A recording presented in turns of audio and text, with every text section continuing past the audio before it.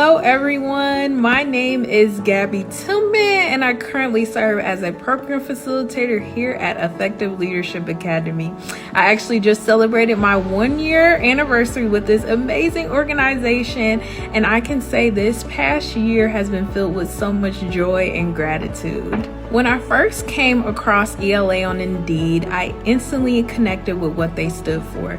A passion of mine that I had developed in college was mentoring and guiding youth on the right path.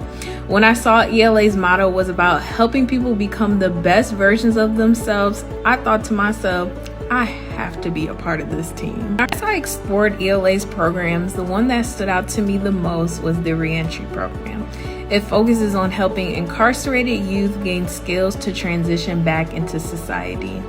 I remember being filled with nerves the first time I was assigned to a reentry program because this was not like walking into a regular public school. I had to go through trainings, I had to go through security, I had to turn in all my belongings before I could even enter the building. And y'all know on social media, we often see stereotypes about correctional facilities being filled with violence and mistreatment of the staff. I kept thinking to myself, how is this group of young men even about to receive me? But one thing that ELA has taught me is to always keep an open mind in any new situation that I enter into. So that's exactly what I did. The moment I walked in, the young men sat down and listened respectfully.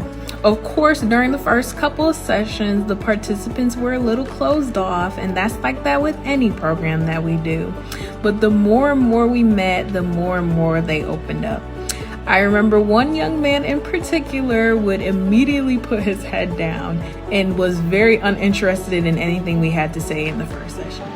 But by session 3 or 4, I noticed him slowly picking his head up and paying attention. And then as the sessions rolled more and more, he became more and more engaged, especially when we would play the games because he was allowed to let his competitive side out. By our final 2 sessions, whenever I would ask a question, that same young man would be the first person to answer. I remember thinking, wow, this is a complete 180 from the first session.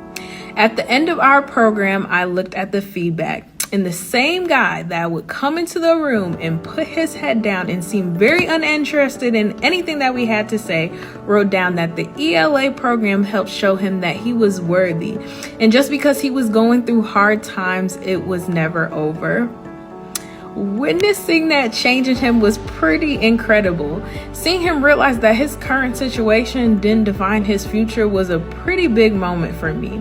And it really reinforced the impact that ELA can and does have.